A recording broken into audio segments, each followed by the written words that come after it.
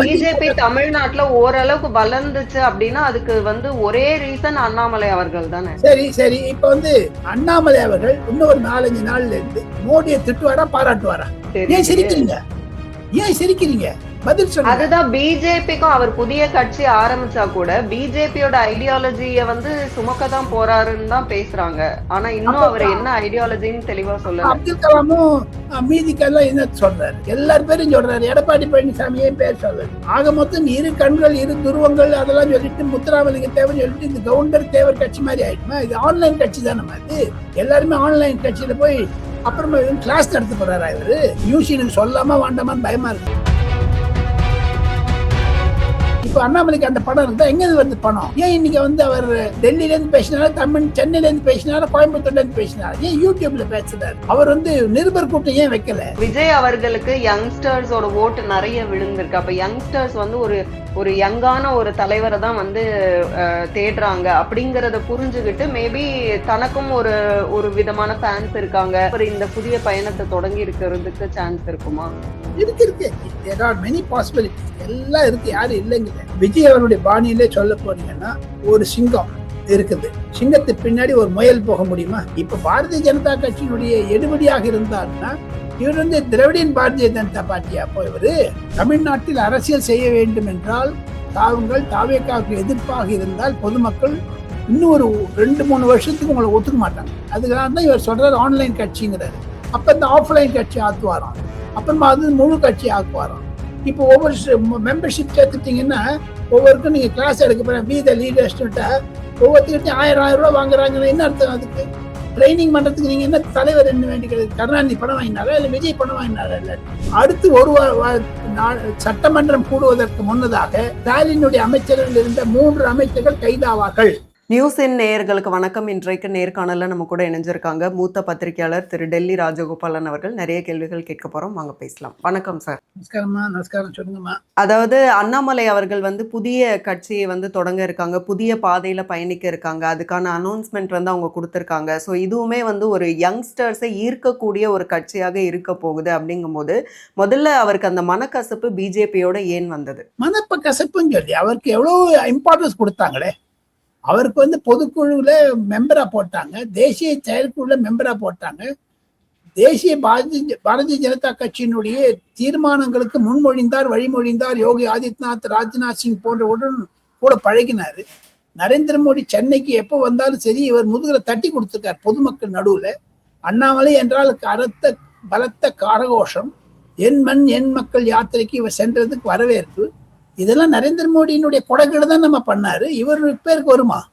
பிஜேபியோட எசன்ஸ் தான் இவருக்கு இருக்கக்கூடிய அந்த மக்களிடம் இருக்கக்கூடிய இப்ப இருக்கக்கூடிய செல்வாக்கு. Exactly you put it correctly. அதுதான் பாஜகவினால இவர் வளர்ந்தாரு, இவரால பாஜக வளர்ந்தது. உங்களுக்கு இருக்கு எங்கிட்ட நான் தினமணியில ரிப்போர்ட்டரா இருக்க டெல்லியில எங்கிட்ட தான் கலைஞர் சொன்னாரு, நான் பிரதமர் ஆவீங்களா சார், என் உயரம் எனக்கு தெரியும் அப்படின்னாரு. அந்த மாதிரி இவருடைய உயரம் இவருக்கு தெரியுது அண்ணாமலைக்கு. அவர் பிரைம் மினிஸ்டர் ஆட முடியுமா? தமிழக பாஜக எவ்வளவு ஒத்து போறாங்க சார். இவனுக்கு ஸ்பெஷல் ஹெலிகாப்டர் கொடுத்துட்டு ஊரெல்லாம் சொத்து சொன்னாங்கம்மா. என் மண் என் மக்கள் யாத்திரைக்கு சொன்னாங்க. அதுக்கு பல கோடி ரூபாய் கொடுத்துருக்காங்க. அதை தவிர இவர் வார் ரூம் செட் பண்ணோன்னு வார் ரூம் செட் பண்ணிக்கோன்னு அந்த வார் ரூம் இவருக்கு புகழ்பாட வந்ததே தவிர வேற யாருக்கு மாட்டேன். இன்னைக்கு அவர் டெல்லியில இருந்து பேசினாரா சென்னையில இருந்து பேசினாரா தமிழரசி? ஏங்கம்மா நிருபர் கூட்டம் வைக்கல? அவரு விஜய் சொல்றாங்க நிருபர் கூட்டம் வைக்கலன்னு, இவர் ஏன் வைக்கல? ஆங்கில தொலைக்காட்சிகளுக்கு ஏன் அவர் பேட்டி கொடுத்துட்டு இருக்காரு டெல்லியில வந்துட்டு? தமிழ் தொலைக்காட்சியும் அதை காமிக்கவே இல்லை. இன்னைக்கு நயினா நாகேந்திரன் சோழ எங்களுக்கு ஒன்றும் நோ லாஸ்ன்னு சொல்லிட்டாரு. ஒரு கட்சி வளரணும் ஒருத்தனை நம்பி வளருதுங்க, யாரோ ஒருத்தர் போறாங்க. இப்ப பாருங்க அண்ணா திமுக ஆரம்பிச்ச போது திமுக வளரலையா? திமுக விழுந்துடுச்சா? அதிமுகவோட கூட்டணி வச்சு பிஜேபி தேர்தல்ல நின்னதுதான் பெரிய தப்புன்னு சொல்லிட்டு அவர் மென்ஷன் பண்ணிருக்காரு. அப்போ ஏடிஎம்கேனாலதான் இந்த அதிருப்தி. ஏற்கனவே இபிஎஸ் அவர்களுக்கும் அண்ணாமலை அவர்களுக்கும் ஃபைட் இருந்ததெல்லாம் பார்த்தோம். எந்த வருஷம் அது? 2026 2024 லோக்சபால இவர் போக கூடாதுன்னு சொன்னாரு. அதிமுகவோட கூட்டு வச்சு தனியா 11% வாங்குறேன்னு சொன்னாரு. வாழ்த்துக்கள், கட்சியை வளர்த்தினார், வாழ்த்துக்கள். ஆனா இதே அண்ணாமலை அவர்கள் 2024 லோக்சபால நரேந்திர மோடிக்கு மெஜாரிட்டி வர முடியாது பண்ணாருன்னு பாஜக தலைவர்களை சொல்றாங்க. அதிமுக போயிருந்தீங்கன்னா இன்னும் 25 சீட்டு வந்திருந்ததுன்னு வச்சு திமுக வந்தே இருக்காதுங்கம்மா. அப்போ சிச்சுவேஷன் வேற மாதிரி இருந்தது. அப்ப வந்து நரேந்திர மோடி வந்து சந்திரபாபு நாயுடுவோடையோ அல்லது நிதிஷ்குமாரோட சம்பந்தம் வச்சுக்க வேண்டிய அவசியமே இருந்திருக்காது. அதை செய்தது அண்ணாமலை தானே, அதை கெடுத்தது அண்ணாமலை தானே. இப்ப ஆனா பிஜேபி தமிழ்நாட்டுல ஓரளவுக்கு வளர்ந்துச்சு அப்படின்னா அதுக்கு வந்து ஒரே ரீசன் அண்ணாமலை அவர்கள் தானே.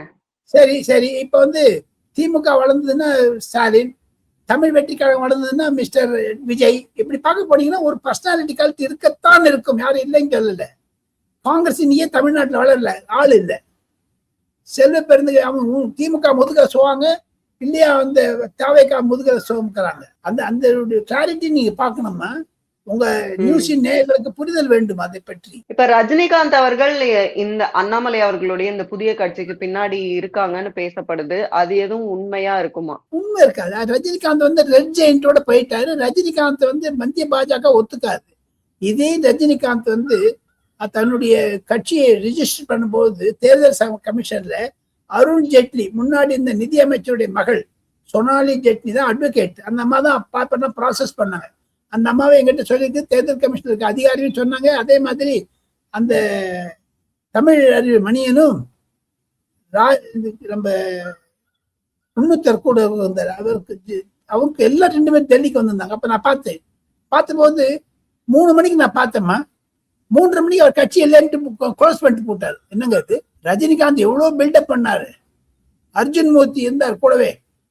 அர்ஜுன் மூர்த்திக்கு மூக்கல அடிக்கிற மாதிரி 3:30 மணிக்கு கட்சி இல்லை, நான் ஸ்டேட்மெண்ட் கொடுத்துட்டு போயிட்டாரு. எங்க ஹைதராபாத் ஷூட்டிங்ல இருந்து வந்தாருன்னு. ஆக மொத்தம் தயாநிதி மாறன், முரசொலி மாறன் மகன்கள், கலாநிதி மாறன், உதயநிதியினுடைய அந்த ரெட் ஜெயிண்ட் ஒரு ப்ரெஷர் பண்ணதுனால அந்த கட்சி ஆரம்பிக்கல. அந்த கட்சியை போய் நம்பிட்டு இருக்காரு இவன் நம்ம அண்ணாமலை. அந்த கட்சியில எப்படி ஒரு வயசாயிடுச்சு அவருக்கு, அவர் உள்ள ஹி ஓன்ட் கம். அப்படி பாத்தீங்கன்னா கூட அவருக்கு தெய்வீக அரசியல் தான் முக்கியம், ஆன்மீக அரசியல் தான் முக்கியம். அது அண்ணாமலை செய்வாரா? உங்க நியூஸின் நேயர்கள் பதில் சொல்றோம். அண்ணாமலை அவர்கள் இன்னும் ஒரு 4-5 நாள்ல இருந்து மோடியை திட்டுவாரா பாராட்டுவாரா? ஏன் சிரிக்கிறீங்க? ஏன் சிரிக்கிறீங்க? பதில் சொல்லுங்க. அதுதான் பிஜேபிக்கும் அவர் புதிய கட்சி ஆரம்பிச்சா கூட பிஜேபியோட ஐடியாலஜிய வந்து சுமக்கதான் போறாருன்னு தான் பேசுறாங்க. ஆனா இன்னும் அவர் என்ன ஐடியாலஜின்னு தெளிவா சொல்லல. அப்துல் கலாமும் மீதிக்கெல்லாம் என்ன சொல்றாரு, எல்லார் பேரும் சொல்றாரு. எடப்பாடி பழனிசாமியே பேர் சொல்லல. ஆக மொத்தம் 2 கண்கள் 2 துருவங்கள் அதெல்லாம் சொல்லிட்டு முத்துராமலிங்க தேவர் சொல்லிட்டு இந்த கவுண்டர் தேவர் கட்சி மாதிரி ஆயிடுமா? இது ஆன்லைன் கட்சி தானே. அது எல்லாருமே ஆன்லைன் கட்சியில போய் அப்புறமா கிளாஸ் நடத்த போறாரா இவரு? பிளஸ் மெம்பர்ஸ் வந்து உடனடியா ஜாயின் பண்ணிருக்காங்கன்னு நியூஸ் வருது. அப்போ இது வந்து அவரை நோக்கி இளைஞர்கள் செல்றதை தானே பார்க்க முடியுது. சரி, தமிழ்நாட்டில் எத்தனை தமிழர்கள் இருக்கிறார்கள்? 8 கோடி. 8 கோடிக்கு 85 லட்சம் என்ன ஒரு 0.1% இல்லையா? இல்ல 5 லட்சமே ஆகட்டும், யாரும் இல்லைங்கிற. இன்னைக்கு திராவிட முன்னேற்ற கழகத்துக்கு 1.5 கோடி மெம்பர்ஸ், அண்ணா திமுகவுக்கு 2 கோடி மெம்பர்ஸ், விஜய்க்கு வந்து 1.5 கோடி மெம்பர்ஸ், தாவேகாக்கு. இவர் 1.5 கோடி பண்ணிட்டாருன்னா தமிழ்நாட்டில் இவர் தான் அடுத்த முக்கியமான பங்கு வைக்கக்கூடிய அளவிற்கு வந்துருவாரு. 1.5 கோடி எங்க 80,000 எங்க தங்கச்சி? எங்களை எல்லாபடியும் காமிக்க முடியாதுமா. அரசியல்னா ரொம்ப கஷ்டமா. நான் எத்தனையோ அரசியல் தலைவர் பார்த்திருக்கேன். ஐயா வைகோ அவர்கள் எனக்கு நெருக்கமானவர், மிக மிக நெருக்கமானவர். தினம் அவரோட அவரே கட்சி நடத்துறதுக்கு பயப்படுறாரு. என்கிட்ட சொல்றாரு, உங்க நியூஸ் எனக்கு சொல்லாம வேண்டாமான்னு பயமா இருக்குது. ஒரு நாளைக்கு 40-50,000 ரூபாய் செலவாகுது தம்பி அப்படின்னு. அப்ப ஸ்டாலினுக்கு எவ்வளவு ஆகும் பாருங்க. அப்ப தமிழ் வெற்றி கழகத்துக்கு எவ்வளவு ஆகும் பாருங்க. இப்ப அண்ணாமலைக்கு அந்த படம் இருக்குதா? எங்க வருது பணம்? ஏன் இன்னைக்கு வந்து அவர் டெல்லியில இருந்து பேசினாரு, சென்னையில இருந்து பேசினாரு, கோயம்புத்தூர்ல இருந்து பேசினாரு, ஏன் யூடியூப்ல பேசுறாரு? அவர் வந்து நிருபர் கூட்டம் ஏன் வைக்கல? விஜய் மீடியாவோட இன்ஃப்ளூயன்ஸ் வந்து அவருக்கு புரிஞ்சிருச்சா என்னன்னு தெரியலையே சார். அப்ப வந்து விஜய் ஏன் திட்டுறீங்க நிருபர் கூட்டம் வைக்கலன்னு? அதெல்லாம் ஒவ்வொருத்தரும் பார்ப்பாங்கல்ல. ஒவ்வொரு இனிமேல் கட்சி ஆரம்பிச்சதுனால அவர் வந்து ஒருவேளை அம்மையார் சசிகலா மூலமாகவோ அல்லது தினகரன் மூலமாகவோ சேரலாம். இல்லை என்றால் அதிமுகவை தினகரனும் சசிகலாவும் சேர்ந்து கொண்டு ஏதோ ஒரு பேச்சுவார்த்தை மூலமாக தீர்ந்து அதிமுக ஒருங்கிணைக்கப்பட்டு இரட்டை இலை சிம்பல்ல வந்தான்னா அப்போ ஒருவேளை இவர் வந்து ஏடிஎம்கேக்கு அண்ணாமலை சப்போர்ட் பண்ணலாம். இவர் பாஜகவுடைய பி டீமா இருக்க மாட்டார். ஒரு சங்கடத்துல வெளில வந்திருக்காரு. எப்படிங்க திருப்பி அங்க போய் சேருவாரு? ஐடியாலஜி அதுவாதானே இருக்க முடியும். அது நீங்க சொல்றது உண்மைதான், யாரும் இல்லைங்களே. இப்ப வைகோ பாருங்க, ஸ்டாலினை திட்டாதா, கருணாநிதியை திட்டாதா, இன்னைக்கு அங்க போய் சரண் அடைஞ்சிட்டாரு. அதே மாதிரி இவரும் வந்துடலாம் பாஜக பக்கம். பாஜக இப்போ ஏத்துக்குமா? ஒருவேளை வந்து இப்போ விஜய் அவர்களுக்கு யங்ஸ்டர்ஸோட ஓட்டு நிறைய விழுந்திருக்கு. அப்ப யங்ஸ்டர்ஸ் வந்து ஒரு ஒரு யங்கான ஒரு தலைவரை தான் வந்து தேடுறாங்க அப்படிங்கறத புரிஞ்சுகிட்டு மேபி தனக்கும் ஒரு ஒரு விதமான ஃபேன்ஸ் இருக்காங்க. அப்போ ஒரு செட் ஆஃப் ஆடியன்ஸ் வந்து ஃபேன்ஸ் வந்து நமக்கும் இருக்காங்கன்னு தான் அவர் இந்த புதிய பயணத்தை தொடங்கி இருக்கிறதுக்கு சான்ஸ் இருக்குமா? இருக்கு. There are many possibilities. எல்லாம் இருக்கு, யாரும் இல்லைங்கல. பட் இவருக்கு பின்னாடி யார் இருக்காங்க? பாஜகவா, அதிமுகவா, திமுகவா, தாவேகாவா? தமிழகத்தை பொறுத்த மட்டில் யாராவது ஒருத்தர் ஸ்பான்சர் பண்ணாத பிள்ளை பண்ணுவார். எப்படி எத்தனையோ பேர் கட்சி ஆரம்பிச்சாங்க. அவங்க அகில இந்திய அளவில் 2400 கட்சி இருக்கு. தமிழ்நாட்டை பொறுத்த மட்டும் 18 முக்கிய கட்சிகள், மாநில கட்சிகள், மாவட்ட கட்சிகள். அதுல 19வது போயிட போகுதுங்க. அவ்வளவு தரமா இவருக்கு என்ன ஸ்பெஷாலிட்டி இருக்கு சொல்லுங்க பாப்போம். இப்ப வந்து அண்ணாமலை அவர்களை பொறுத்த வரைக்கும் அவங்க வந்து விஜய் அவர்களுக்கு ஹெவி காம்படிஷனா இருப்பாங்க அப்படின்னு பேசப்படுது. அப்போ விஜய் அவர்களுக்கு அவங்களுடைய கட்சிக்கு அண்ணாமலை அவர்களோட அந்த இம்பாக்ட் வந்து பாதிப்பை ஏற்படுத்துமா? விஜய் அவருடைய பாணியிலே சொல்ல போனீங்கன்னா ஒரு சிங்கம் இருக்குது, சிங்கத்துக்கு பின்னாடி ஒரு முயல் போக முடியுமா? அண்ணாமலை அவர்கள் கம்பாரிசன். ஆமாமா, 100 நம்பர் எங்க 3 1 2 3. அப்புறம் விஜய் வந்து 100ல இருக்காரு. இவர் அண்ணாமலை 3வது ஸ்டெப்ல தானே இருக்காரு. விஜய் 100வது ஸ்டெப். இப்படிதான் பார்க்கணும். விஜய்க்கு பிஜேபியில இருந்து அவர் வெளியே வந்ததுக்கு அப்புறம் அவர் ஒரு அன்டெஸ்டடா தானே பார்க்கப்படுவாரு சார். டெஸ்டடா பார்த்து இவர் என்ன செஞ்சான்னு தெரிஞ்சுக்கலாம் ஜனங்க. 2 தேர்தல் இருந்து தோத்து போனாரு இல்லைங்களா? அதுவும் ஒரு நல்லது தானே, யாரும் இல்லைங்களே. அரசியல் இருந்தேன்னு சொல்றது. இப்ப பாரதிய ஜனதா கட்சியினுடைய எடுபடியாக இருந்தாருன்னா இவர் வந்து திராவிடியன் பாரதிய ஜனதா பார்ட்டியா? அப்போ இவரு அப்ப திடீர்னு இருமொழி கொள்கையை வந்து ஆதரிச்சு பேசும்போதே அப்ப வந்து சென்ட்ரல் கவர்மெண்ட்டுக்கு அகெயின்ஸ்டா இவர் வந்து ஸ்டாண்ட் எடுத்தாரு. அப்போல இருந்தே வந்து புதிய கட்சி ஆரம்பிக்க போறாருன்னு எல்லாம் பேசினாங்க. அப்போ இன்னைக்கு வந்து அது ட்ரூவா இருக்கு.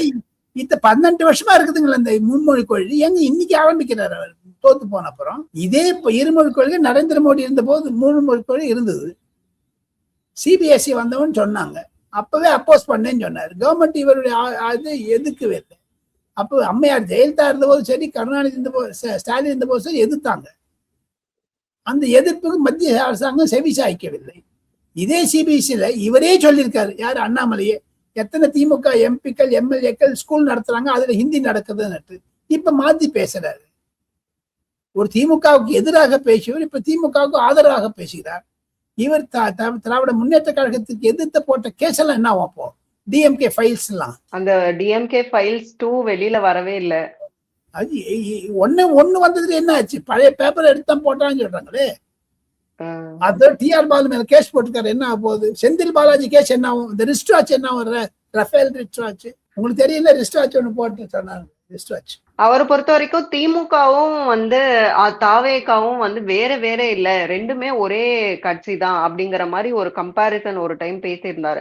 அப்ப அவருடைய எதிர்ப்பு அப்படிங்கிறது இப்ப தாவேகா எதிர்ப்பாக மாறிடுமா? தமிழ்நாட்டில் அரசியல் செய்ய வேண்டும் என்றால் தாவேகாவுக்கு எதிர்ப்பாக இருந்தால் பொதுமக்கள் இன்னும் ஒரு 2-3 வருஷத்துக்கு உங்களை ஒத்துக்க மாட்டாங்க. அதுக்காக தான் இவர் சொல்றாரு ஆன்லைன் கட்சிங்கிறாரு. அப்ப இந்த ஆஃப்லைன் கட்சி ஆக்குவாராம், அப்புறமா அது முழு கட்சி ஆக்குவாராம். இப்போ ஒவ்வொரு மெம்பர்ஷிப் சேர்த்துட்டீங்கன்னா ஒவ்வொருக்கும் நீங்க கிளாஸ் எடுக்க போறேன் வி த லீடர்ஸ்ட்டா ஒவ்வொருத்துக்கிட்டையும் 1000 ரூபாய் வாங்குறாங்கன்னு என்ன அர்த்தம்? அதுக்கு ட்ரைனிங் பண்றதுக்கு நீங்க என்ன தலைவர் என்ன வேண்டிக்கிறது? கருணாநிதி பணம் வாங்கினாரா இல்ல விஜய் பணம் வாங்கினாரா? எல்லாத்தையும் இப்ப 1000 ரூபாய் வாங்குறாங்களா? அந்த வெப்சைட்ல போனீங்கன்னா அந்த 1000 ரூபீஸ்ங்கிறது நீங்க either you contribute or donate it whatever that. அவர் ஃப்ரீயா கிளாஸ் நடத்தினா அவருக்கு எங்க இருந்து பணம் வருது? எல்லாம் கேட்கறாங்கல்ல. ஏமா அவர் டெல்லியில இருந்து பேசினாரு, தமிழ்நாட்டுக்கு வராத? எப்படி அக்செப்ட் பண்ணிக்கிட்டாங்க சார் பிரதமர் மோடி அவர்களோ இல்ல டெல்லியில இருக்கக்கூடிய அமித்ஷா அவர்களோ அவங்களெல்லாம் மீட் பண்ணி அவர் பேசியிருக்காரு. அப்போ இவ்வளவு தூரம் கான்ட்ரிபியூட் பண்ணிருக்கிறாருங்கும் போது அவங்க எப்படி சீக்கிரமா அதை அக்செப்ட் பண்ணாங்க? பிஜேபியே இவரை வந்து தனியா பிரிச்சு கட்சி ஆரம்பிக்க சொல்றாங்கிற மாதிரி கூட பேசப்படுது. வெளில போறேன்னு சொல்றவனு எப்படி நிறுத்த முடியுமா? நான் போறேன் துடிச்சிட்டு இருக்காரு. எதுக்கு டெல்லிக்கு வந்தாரு? அங்க உள்கட்சி அரசியல் எல்லாம் பேச போனீங்கன்னா அந்த நியூஸ் சீனுக்கு நிறைய மசாலா கிடைக்கும். இவர் பிஎஸ் சந்தோஷம் சேர்ந்துன்னு கெடுத்தாருன்னு சொல்றாங்க எல்லாரும் டெல்லியில. எங்க டெல்லி மீடியா ஒண்டி பெருசு பண்ணிட்டு தமிழ் மீடியா ஒத்துமே காமிக்கவே இல்லையா அவ்வளவு பெருசா 3 நாட்களாக? இனிமேல் அவர் யாருங்க இது பண்ண போறாரு? அவர் இன்டர்வியூ கொடுப்பாரு எல்லாத்தையும் அர்த்தோட சரி. எது இருப்பினும் தமிழகத்தில் இனி வரக்கூடிய நாட்களில் அண்ணாமலையினுடைய போக்கை எதிர்நோக்கித்தான் பார்ப்பார்கள். ஓரிரு நாள் பிரகாசமாக இருக்கும், அப்புறம் மங்க ஆரம்பித்து விடுவார். அவருடைய நடைபயணம் ஆரம்பித்தால் அவருக்கு ஒரு நல்ல இது இருக்கும். சாட்டையால் அடிச்சுட்டாருங்களாம்மா, பெருசா சாட்டையால் அடிச்சாலும் இனிமேல் பண்ணிப்பாரு. அவரு ஆன்லைன் கட்சி தலைவர்னு சொல்லிடுவாங்களே இப்ப எல்லாரும். நீங்க ஆஃப்லைன்ல இருக்கச்சே ஒண்ணும் பண்ண முடியல, பாஜக வளர்க்க முடியல. ஆன்லைன்ல பண்ண என்ன வளர்த்துருவீங்க? ஒரு நாளைக்கு 1 லட்சம் வந்துச்சுன்னா என்ன பொறுத்த மட்டும் அவர் 1 கோடி மெம்பர்ஷிப் சேர்த்தாருன்னு வச்சுங்க, அடுத்த அரசியல் கட்சியாக மாத்தலாம். அது டெஸ்ட் பண்றது தான் பண்றாரு.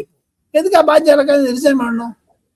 நீங்க மோடி நற்பணி மன்றம்னு ஆரம்பிச்சு நீங்க மட்டும் நடத்திட்டு இருக்கலாமே, யார் வாண்டான்னாங்க? விஜய் அவர்கள் வந்து 11th அன்னைக்கு வந்து டெல்லிக்கு வந்து அகைன் வர போறாங்க. அங்க வந்து மீட்டிங்ல வந்து அவங்க பார்ட்டிசிபேட் பண்ண போறாங்க. அதோட வந்து காங்கிரஸ் தலைவர்களை ஆல்சோ வந்து மீட் பண்ண போறாங்கன்ற ஒரு தகவல். சோ அது பத்தி ஏதாவது எக்ஸ்க்ளூசிவ் தகவல் இருக்கா? எக்ஸ்க்ளூசிவ் தகவல் என்ன, 8ஆம் தேதி தன்னுடைய ஆதரவாளர்கள் எய்தர் புஷி ஆனந்த் அவர்களையோ ஆதவ் அர்ஜுனா அவர்களையோ டெல்லியினுடைய இந்தி கூட்டணிக்கு அனுப்ப போவதாக நான் கேள்விப்படுகிறேன்.